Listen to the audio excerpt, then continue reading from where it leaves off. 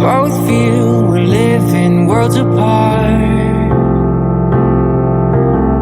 It's fucked now, we lost in limbo. Remembering what you said though, when I asked you if we'd make it far. That one last kiss that they write about, my one last wish you could never doubt. I trust angels who fly away from you, and you told me that we'd never die. Gave me so many reasons why we were meant to be. Then she said no, no, no, no. No, no, no, no, you should. I've earned the cost and now I've paid it. Oh, no, no, no. Oh, please don't go. I know my face a memory erasing. Been a few years since I heard your voice, yeah. Lost a few here, but it's not by choice, no. Girl, I see your face every day when I look through my phone. Can't delete all these memories, won't leave me alone. Hit my blind side, never saw you coming. You were so wild, but no, I was nothing. And I'm nothing now, nothing's changed. You know I'm just the same. Miss you now, but I hope that someday you explain. That one last kiss that they write about, my one last wish you could never doubt. I trust angels who fly away from you, and you told me that we'd never die. Gave me so many reasons why we were meant to be. Then she said, Well, hello everyone. Thank you so much for joining me. Today is September 7th, 2023, 5:38 p.m. on the East Coast of the United States. Thank you all for joining me. I appreciate you all being here. Hey everyone in chat, good to see you.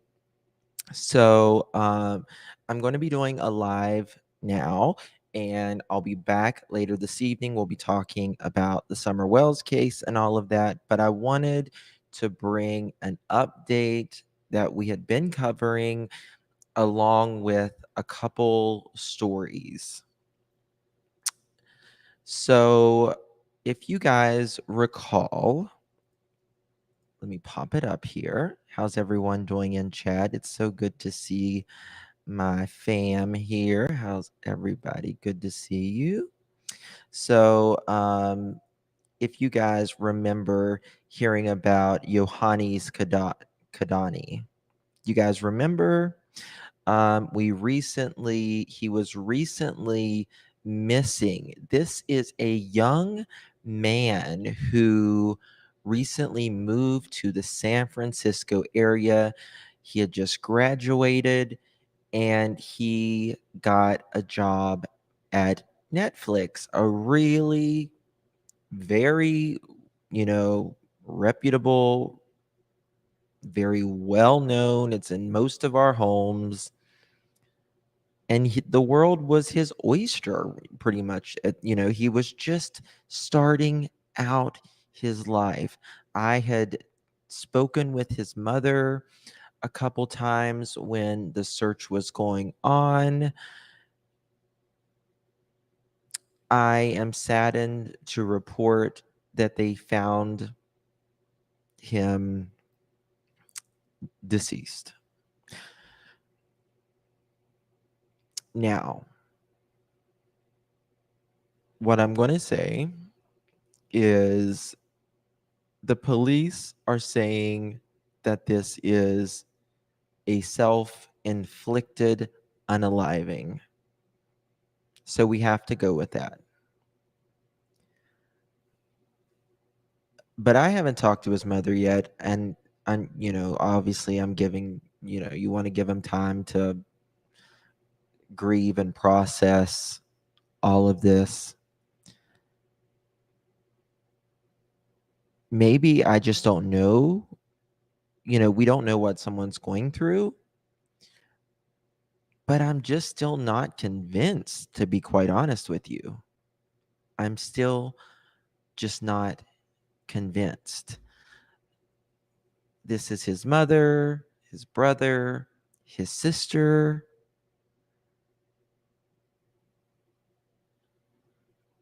And let me tell you about the story. Let me find it.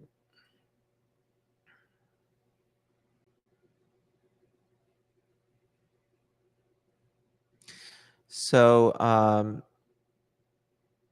body of missing Netflix engineer Yohani Kadani found floating in San Francisco Bay.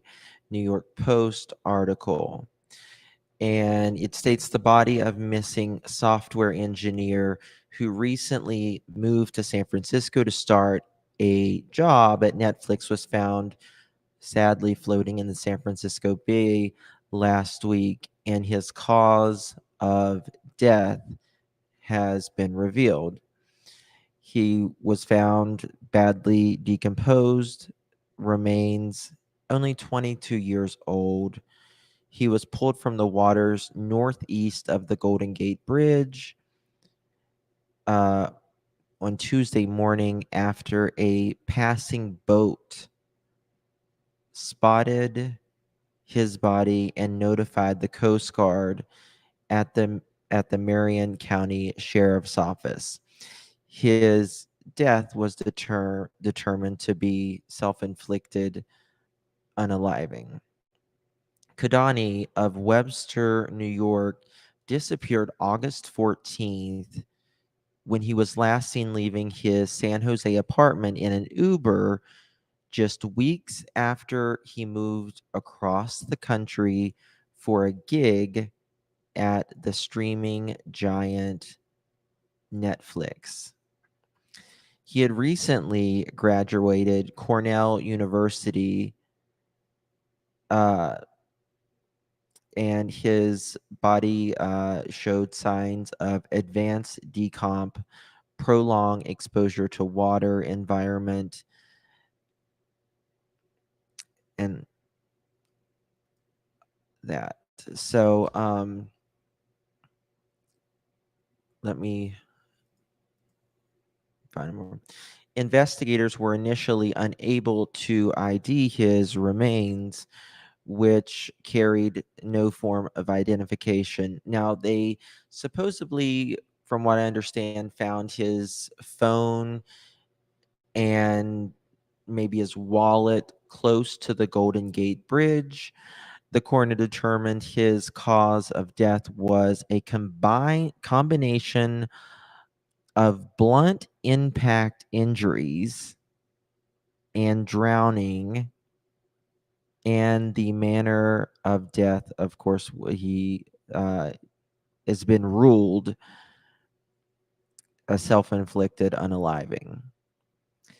So his wallet, his cell phone, and his backpack had been found near the Golden Gate Bridge Welcome Center after he went missing. His photo data showed that he was at the bridge for the majority of the night that he disappeared. He was only in his second week at Netflix when he vanished.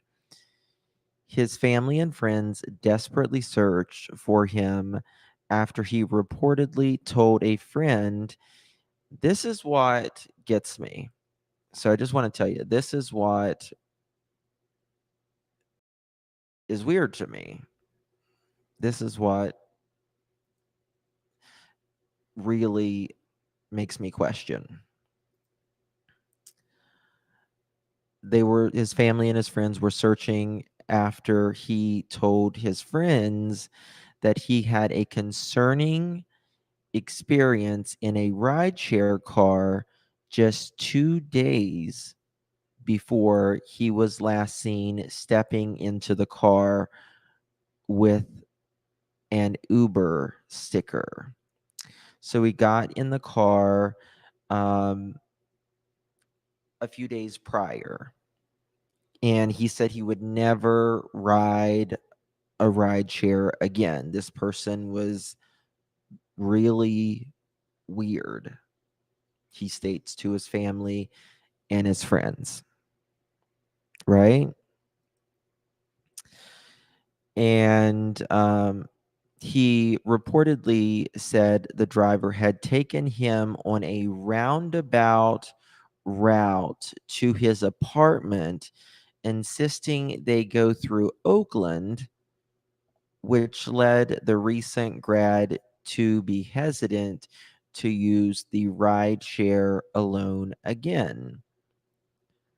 Kadani's loved ones started a GoFundMe campaign that garnered them 10,000 in donations, as well as a search task force that went to that.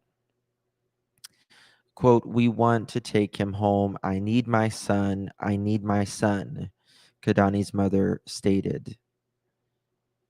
"He's a good man who has a bright future and a very loving family. If you are struggling with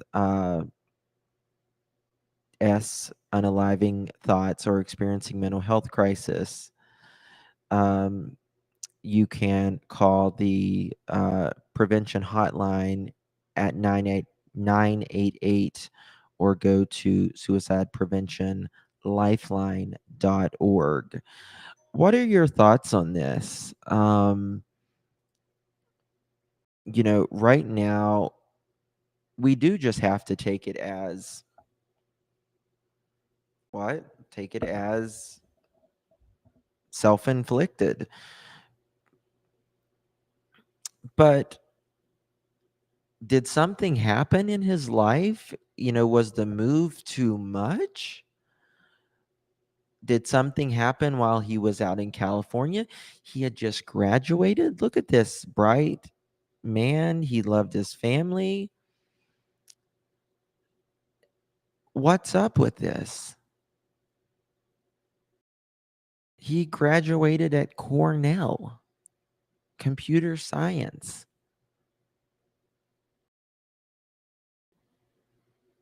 No, Grace, he's not. And it says blunt force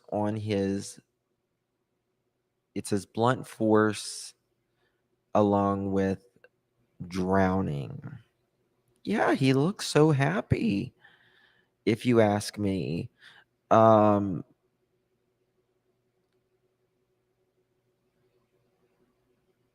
and I'm just not truly convinced at the moment, to be quite honest with you. Let me share this with you. This is brought to you by KTVU Fox 2 San Francisco. Link is in the description. Full credit is to them using this under the 1976 Act for commentary purposes. Search for a missing man. A body found in. Can y'all hear that? Could y'all hear that? Yeah, Blue Willow. It's weird, isn't it? Just so weird. Jaguar says I'm not buying it. Okay, you could hear it. Perfect. In San Francisco Bay near the Golden Gate Bridge has been identified as 22-year-old Johannes Kadana. He had just graduated from Cornell University in May and started a new job in the Bay Area as an engineer at Netflix. The Marin County Sheriff's Office says his body was found in the water last Tuesday. The coroner says he died by suicide. A reminder, if you or someone you know. So if I don't know. If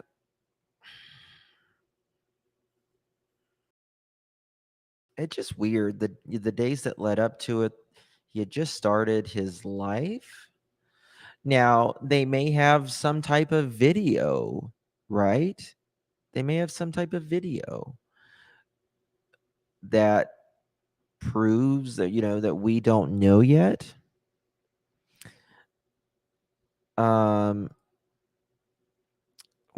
says, but if you jump from a very height, it will cause blunt force injury. That it will. I believe, if I am correct, Doesn't the gate bridge have like a net now? So because there was so many people sadly jumping off, and it's just so weird. Like,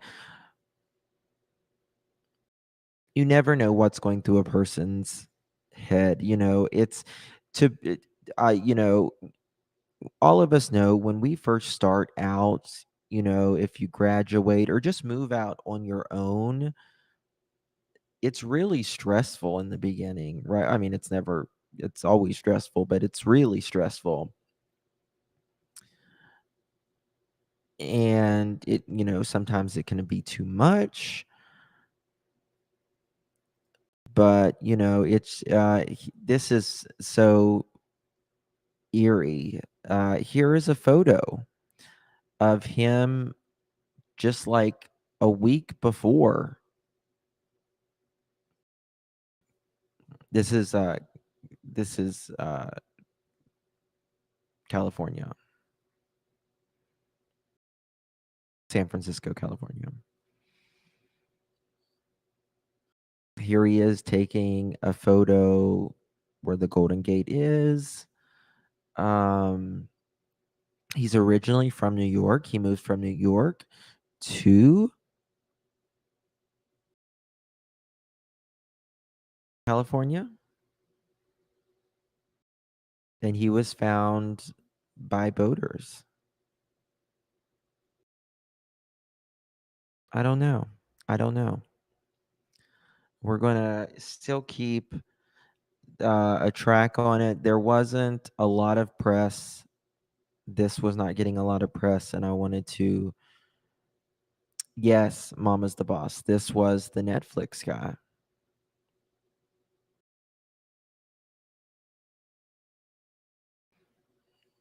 Token says 80 feet is considered a hard deck, and even the military won't drop SEALs into the ocean at 80 feet. Yeah.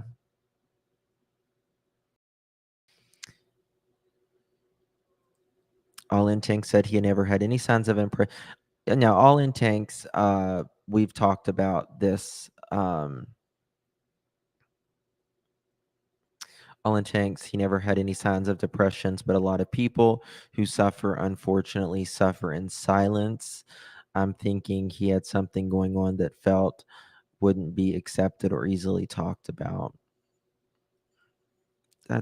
It's very, I mean, just a bright, bright kid. Um, I know. Me too. See something, say something. Unless they have footage, I'm not convinced someone could have. Well, y- you know what gets me is just he graduated, he just moved, just was literally 2 weeks into his job, right? And then he was like 22 years old. So now I want to talk to. I will definitely. They're saying no evidence of a crime. Yeah, I do want to show you guys a couple more cases. So let me show you this little boy. You want to talk about parents from hell? I'm going to show them to you. Parents from absolute Hades. Look at this little cutie. Beautiful little boy. Perfect. Perfect, right? Well,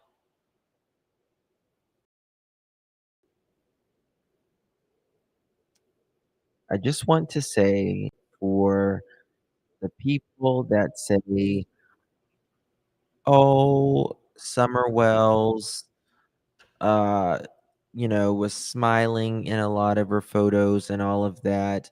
Listen to this story because they made everything look picture perfect-esque as well. And let's be real, nobody's life is without struggle, without hardship. It's not always roses for all of us. And dude looks scary. Oh, he's a monster. He is a monster. So this mother, and guess what, guys? Stepfather. Justin, are you going to be covering the LDS lady that was you? And I've been kind of keeping an eye on that, but I don't know.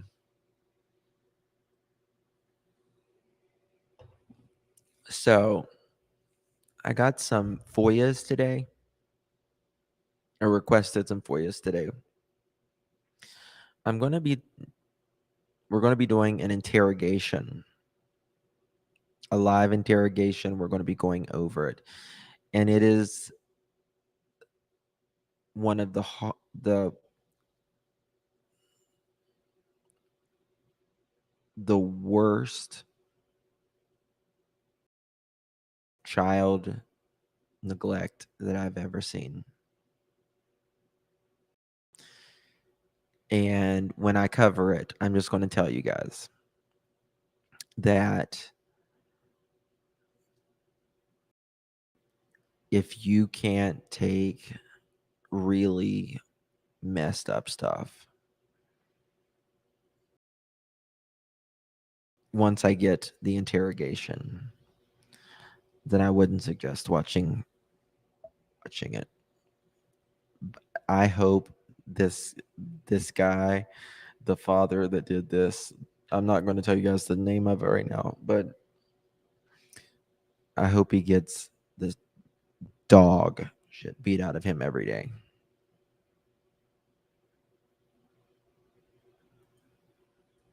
I literally sobbed and probably will. So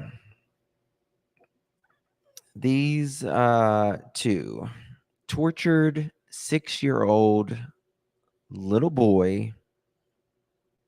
He was kept in a dog cage before he drowned in a bathtub. Hold on one second. Something just happened to my computer. Why is it doing that? Okay.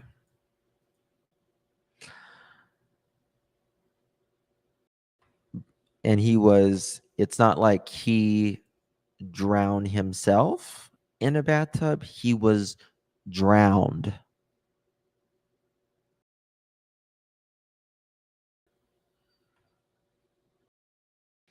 That's exactly right. Where's Summer? 1-800. Yeah. So the mother and the stepfather, how many times have we seen the stepfather, the stepmother, the boyfriend, the girlfriend? I'm telling you, these people, they just end up letting a stepfather, a step-parent, a boyfriend, a girlfriend, they'll let their kid be hurt so they won't lose their man or their woman. You've got to be kidding me. Got to be kidding me. Of a 6-year-old boy in Florida, he had been, the mother and the stepfather of a 6-year-old boy in Florida have been arrested for allegedly torturing the child, locking him in cages, asphyxiating him until he fell asleep, withholding him food, and physically abusing him.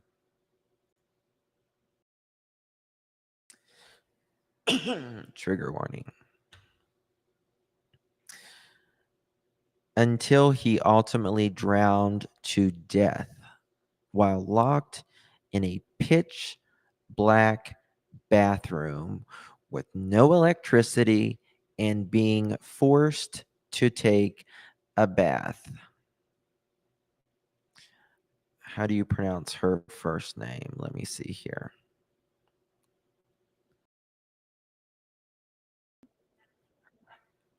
Alizane. How is it? Alizane. Alizane and Trey Samore were taken into custody and charged with multiple counts of aggravated child abuse, while aggravated battery and tampering with evidence in the death of her young son, Anthony Rouse. According to the probable cause affidavit, deputies with the Polk County Sheriff's Office responded at 3:20 p.m.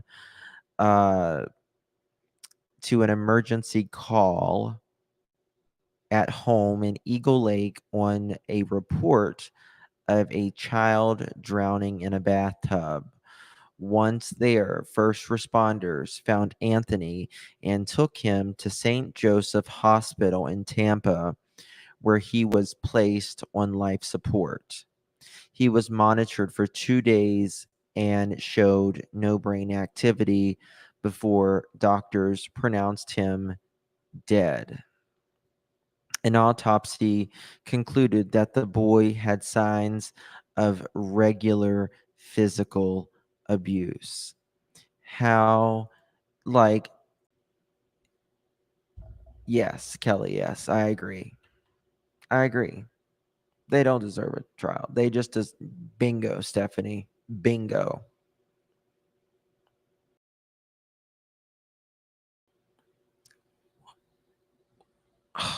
Guys, if you're watching this, don't do. There's so many of us that will take the kids. So many of us. Don't hurt them. Shannon, she does remind me of Leilani. Yeah, she does. Absolutely. So I'm going to be trying to get the interrogation to this, and we're going to be trying to cover this one as well. An interview with investigators say Elise, I guess that's her name, allegedly told police that the boy urinated on himself. So she locked him in the bathroom. You know, that's what tends to happen to anyone, especially a child, once they're get the shit beat out of them from the abuse. So she locked him in the bathroom and told the boy to take a bath. Can you imagine? Can you imagine being a child? Put yourself in that. Put yourself being a child for a moment. Go back. Can you imagine your parents doing that?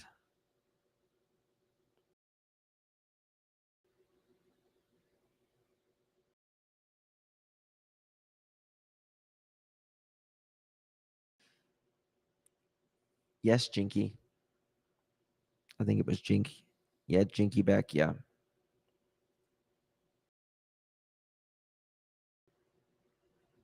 She initially claimed that when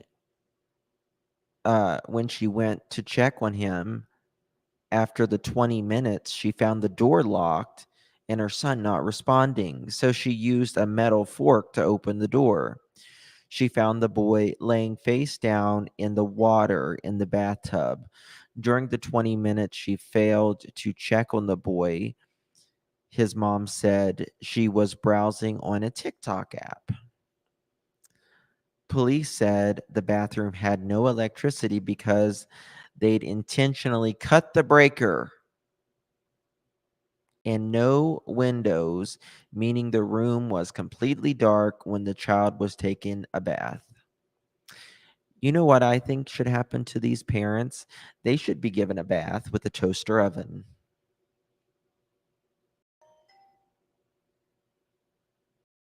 My opinion. Authorities also noted that multiple children lived in the home and their room had been turned into a makeshift prison cell. The lock to the bedroom where the children and the victim slept was observed to be placed backwards. The affidavit said the lock was purposely installed incorrectly to allow for the children to be locked within the bedroom. The bedroom did not have electricity and was filled with clothing items which were soiled with urine and feces. Incriminating text messages. Warrants were obtained for the parent's cell phone, revealing a series of extremely disturbing text exchanges before and after Anthony's tragic death. For example, the couple on March 31st exchanged messages about the victim getting caught stealing a handful of noodles and being put in the cage and being put in a cage to be escaping the cage and then being put back in the cage.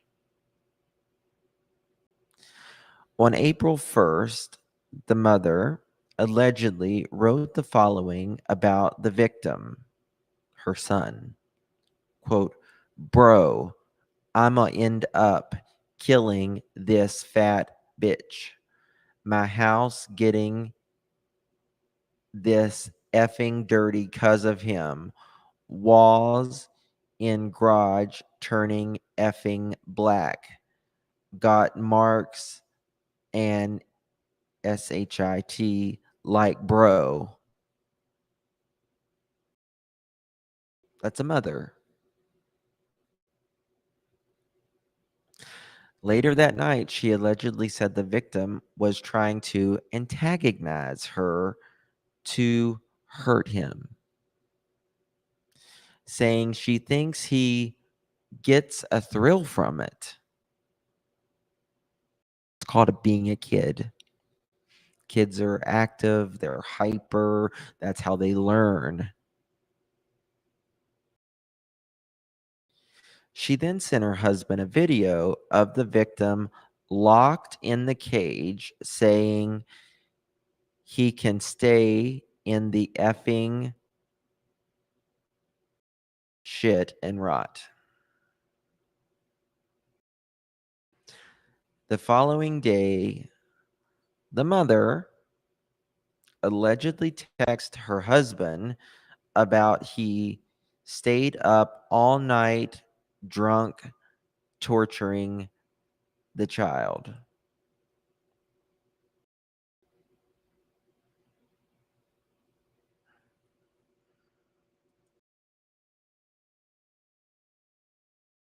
On April 4th and April 7th, the mother allegedly texted her husband, "I hate him," in regard to the victim. Many times in these homes,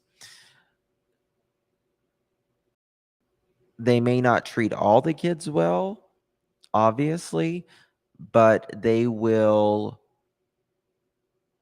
specifically target one child.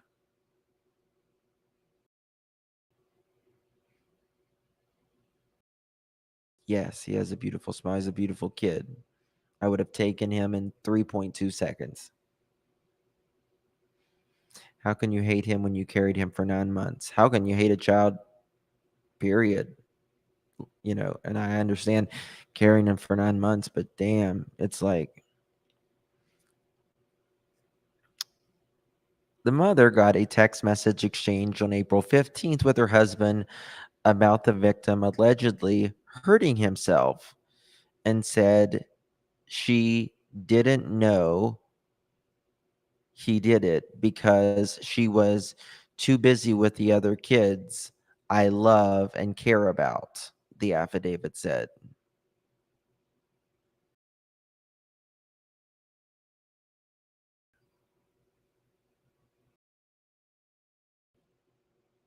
I don't know, Stephanie. Probably. Probably.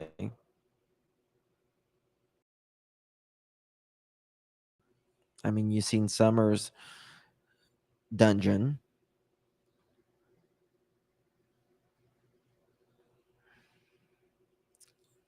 The mother says she don't know how he got hurt on this specific date, not the one that ended his life, before that, because she was taking care of the other kids who she loves and cares about.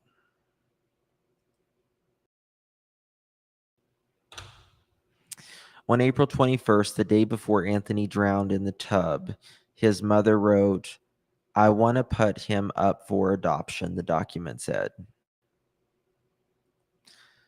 Well, ma'am, you animal, you could have done it long before he went through all this hell, and you could have done it that day.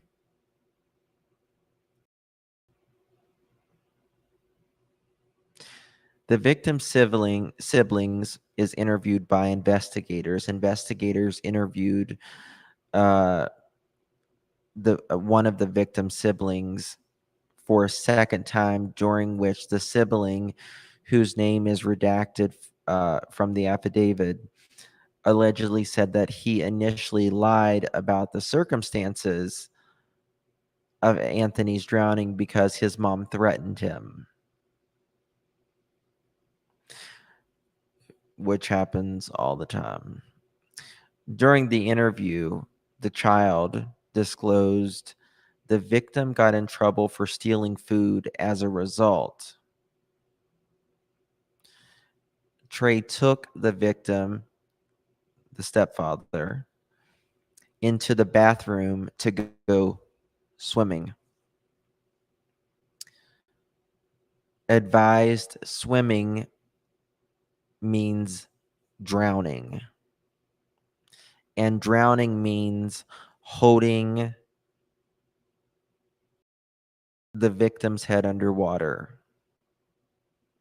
The affidavit states, while verbalizing this, the child also motioned with his hands how Trey held the victim's head underwater. Can you imagine that this child, the siblings, what they saw? They are literally telling the investigators how this was done, how they saw their brother die.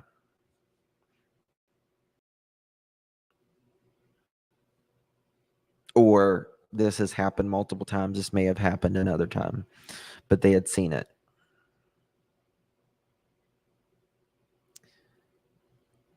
Trey kept telling him to go to his room, but he did not listen and watched Trey drown the victim. As a result, the child stated he was standing in the bathroom during the incident. The sibling said Trey some more performed CPR on the victim when the sibling went into a different room. Additionally, the sibling told investigators, why does this keep happening? Sorry, my computer keeps Additionally, the sibling told the investigators that the stepfather performs a chokehold on all the boys to get them to go to sleep,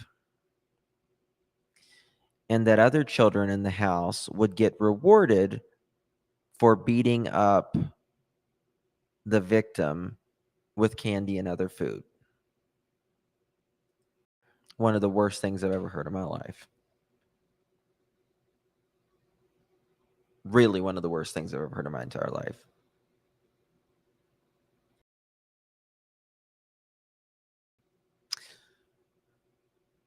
He put them to sleep, to bed, by chokeholding them.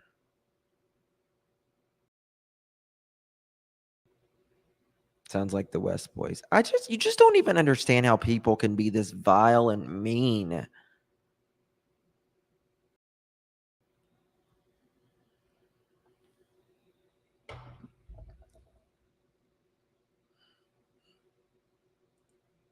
It's like, how, man?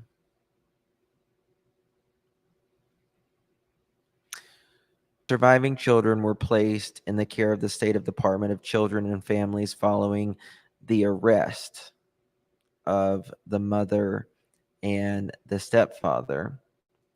The sheriff's office reportedly told St. Petersburg's, Florida CPS affiliate WTSP that more charges are expected to be filed in the very near future.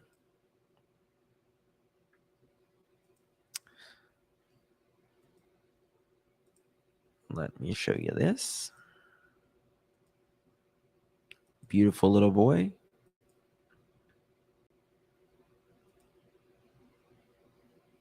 I'm an AI avatar, and over 6,000 companies use me to educate their employees. Well, tonight, the death of a local 6-year-old boy now connected to allegations of gruesome child abuse at the hands of his mother and her husband. The child's biological father says he had been fighting for sole custody before the boy's death. He spoke only to 10 Tampa Bay's Hannah Deneen, saying he hopes sharing his story will help prevent this from happening to other children. Hi. Look it. Say hi. Videos like this, pictures of his smile and memories, are what Anthony Rouse's father has left to cling to. Let's go fishing, Daddy. I take you fishing before when I come home, buddy. I love you. That was the last thing I heard. Andre Rouse was just 18 when Anthony was born, saying his son was in state care for the first 2 years of his life because his mother had an open DCF case against her. Then we ended up separating a year after he was born. And then I got custody when he turned 2, up until he was 5. With sole custody, Andre says his son was his shadow. Always, Daddy, you're my superhero. I want to be like you when I grow up. But when Anthony turned 5, a domestic violence conviction involving an ex-girlfriend put Andre briefly in jail and put Anthony's mother and her new husband back in the picture. Mess with him mentally. I can hear it in his voice. You know, he'll call me and say, Daddy, I want to come back with you. But Andre says he had no idea what a house of horrors it really was. On April 22nd, Polk County first responders arrived at Elise and Trey Seymour's home in Winter Haven and were told Anthony drowned in the bathtub. But the affidavits depict a sickening pattern of child abuse, mention of torture, withholding food, and trapping Anthony in a dog cage in the garage for hours. A sibling telling police they'd be rewarded with candy for beating up Anthony. And finally, that on the day he died, they saw Trey holding Anthony's head underwater in the bathtub. Both Trey and Elise now in jail on child abuse charges. I still can't wrap my head around it, and it still really hurts. Andre now channeling that grief into a message to help kids who may be suffering as his son was. If you see something, say something. Say something before it's too late. Hannah Deneen, 10 Tampa Bay. DCF would not comment specifically on this case, citing a confidentiality. I bet they wouldn't. Bet they wouldn't. All in tanks, you're right. They should definitely. It's one of the worst I've ever heard. Now I want to show y'all another story.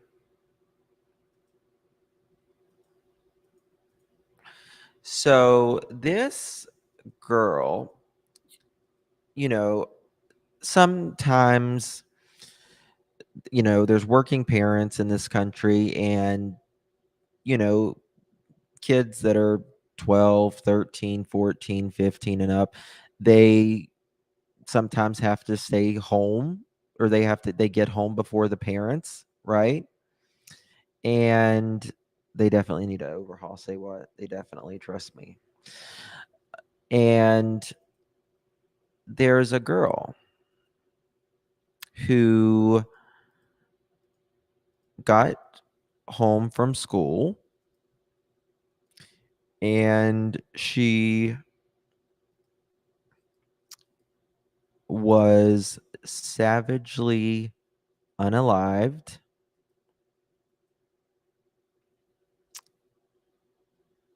she was 11 by an undocumented immigrant. 11-year-old girl S assaulted and strangled in her home while her dad was at work. Innocent little girl. Innocent little girl. Yep, this is in Pasadena. Pasadena. And I'm going to show you guys the presser on this one. It's really bad. This undocumented person was he was illegal for a while. Here to talk about a capital murder case we had over the weekend. Thank God, Texas has capital punishment. This past Saturday at about 3:07 p.m., our officers were dispatched to an apartment complex at 1004 Main, apartment number 24. Our dispatcher originally received a call of a 11-year-old not breathing. Our officers, as well as paramedics, responded to the scene. The 11-year-old victim was pronounced deceased at the scene by paramedics. We immediately began an investigation involving our detectives. The case has since been ruled a homicide. The 11-year-old was her death as a result of strangulation, and the investigation also revealed that she was sexually assaulted. The victim and her father are both from Guatemala, and they're the only two people that lived there at the apartment.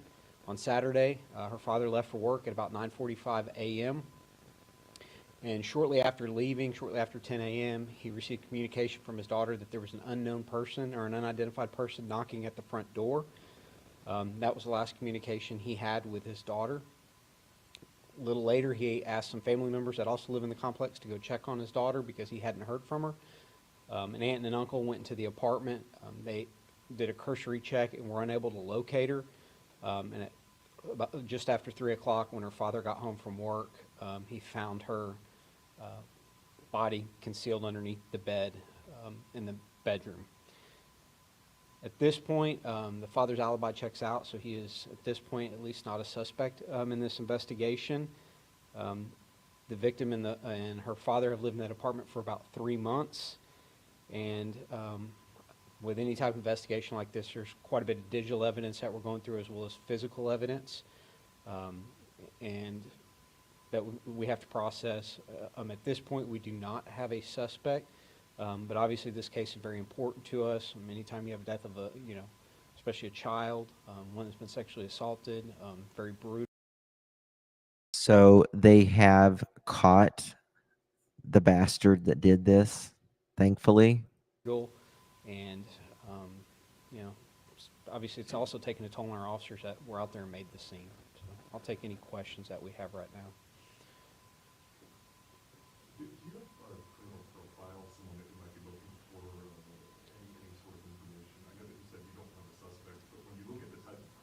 Right.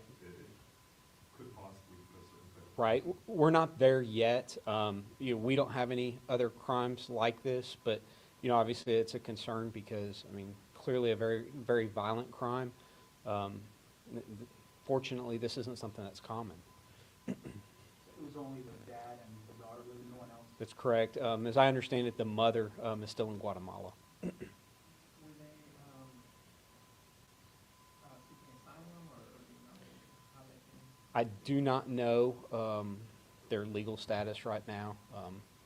As far as our investigation, that's, the least of our concerns at this point. You guys took a few days to announce this to the public. Can you kind of say what happened between Saturday and this? The autopsy wasn't done until yesterday, and so really trying to get the pieces together. When I come stand before you, I want to have as many facts as I can, and so, again, the autopsy not being done until yesterday is, the reason we're putting it out today. Is this an apartment complex or something? It is an apartment complex, relatively small. There's a large Guatemalan population there in that apartment complex. And like I said, the family members that the father had called to come check on her, they live in the complex as well. And so it's a, I say a fairly close, community there. Somebody had to have seen something, and that's the big thing that we're asking for is, whoever saw something, around 10 a.m. or just after 10 a.m. on Saturday at that particular apartment, we're asking them to come forward with any information that they might have. Is it safe to say that maybe that person viewed that little girl was there home alone? It seems awfully, suspicious that, dad leaves for work and, within 30 minutes you've got somebody knocking at the door, certainly. Okay, so at around 10 o'clock, is that what you said when she sends the text message to the father to say there's somebody knocking at the door? Correct. And does the dad say anything like, hey, don't answer the door? Or There was some communication. I don't want to divulge what the communication was back and forth yet at this point. I will say, he asked if somebody entered. She didn't respond, and that's the last communication there is. From your investigation, was there a forced entry? There was not forced entry. The door was unlocked and it was closed when the first family members went to go check on. And you said that it's a very small complex, the way you described it. Correct. What are the odds that it could be somebody living in the complex still, or someone who's familiar with the complex? I think naturally that's the first place you're going to look, right? Is somewhere around there. So they ended up catching the guy, and I want to show you who the guy was.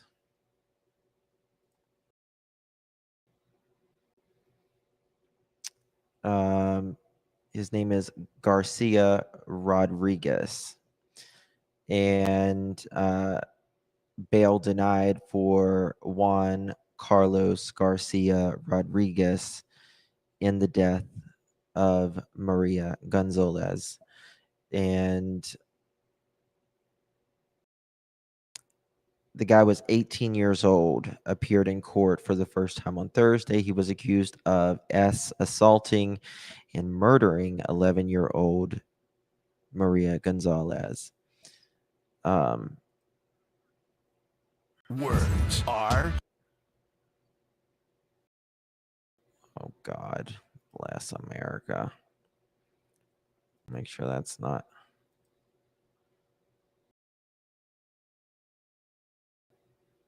Stupid ads.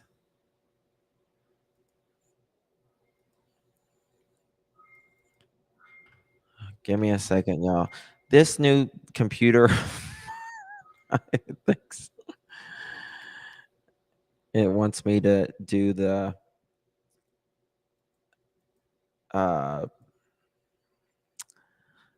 software, what is it? The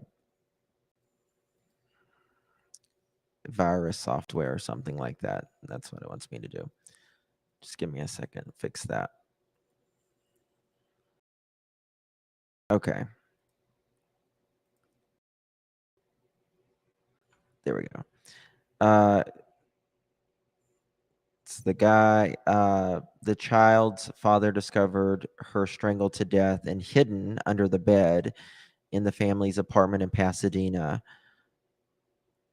So the police chief, Josh Burger said in news conference that Garcia Rodriguez, who is Guatemalan, was identified initially as the person of interest because of a left key at the crime scene. According to the chief, Garcia is not in the country legally and was released by immigration officials who apprehended him in El Paso to sponsor in Louisiana in January. He was handed off to sponsors. They were not named. So he's in custody for the murder. Obviously, police say that Garcia Rodriguez, who is not in the country legally and was in Pasadena for a couple weeks, was apprehended by immigration authorities in January and released to sponsors in Louisiana. These sponsors need to be asked, like, what the hell's going on here, right? They said, I believe he is here, not here legally. He was in Louisiana before coming to Texas. The chief said the apartment where the suspect was staying is close to Maria's apartment. He has no other criminal history in the United States. He was encountered by U.S. Customs and Border Protection in January in the El Paso area. He was apprehended by CBP. He was released by immigration, adding that Garcia Rodriguez was released to a sponsor at the time in Baton Rouge, Louisiana. The little girl said, somebody is knocking at the door. I don't know. I'm here in the room and somebody is knocking. Voice message reveals 11-year-old Pasadena girl final words to her father before the killer attacked.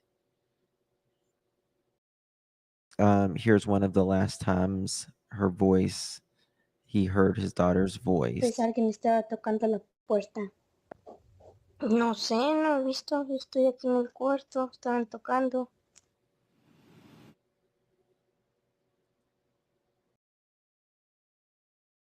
In a written update, police wrote that a single key was located inside Maria's apartment and collected as evidence. The police chief said the key was critical to solving the case because it opened another apartment in the apartment complex. If that is done by like the tenant, like the landlord, you shouldn't be able to open up other doors. The key has since been processed by our crime scene investigators and was not found to open any doors at the victim's residence. Okay, never mind. Our investigators also confirmed that the little girl's body was found inside a plastic trash bag that was placed inside a laundry basket and concealed under a bed inside the home. So think about it. She's 11. She's 11 years old. And they put her in a trash bag and in a laundry basket and put that under a bed. Now let's think of Summer Well size. Right. So they said she could be in the size of a laptop. When he left suddenly after the murder, his roommates who had their keys asked for his key back, but he did not give one to them. He said the suspect did not know them well. So the dad told police that Maria informed someone was knocking at the front door. Here is the father. Just very sad. A dad working, trying to take care of his daughter. She gets home from school, AR'd and murdered by someone who's trying to come into the country the right way. The father had left for work earlier that morning and had been in communication with Maria via cell phone. The last communication received, Maria had stated a message that someone was knocking at the door who she didn't know. He told her not to answer the door, and she said she would not and would stay in bed. The medical examiner determined the cause of death as asphyxiation due to strangulation, and it adds additional investigation determined that the victim was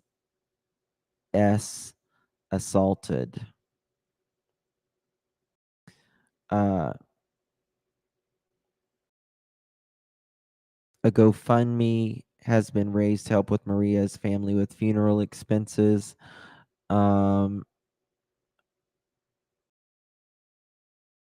If that is there, I'm actually going to donate to that because he's just a hardworking man trying to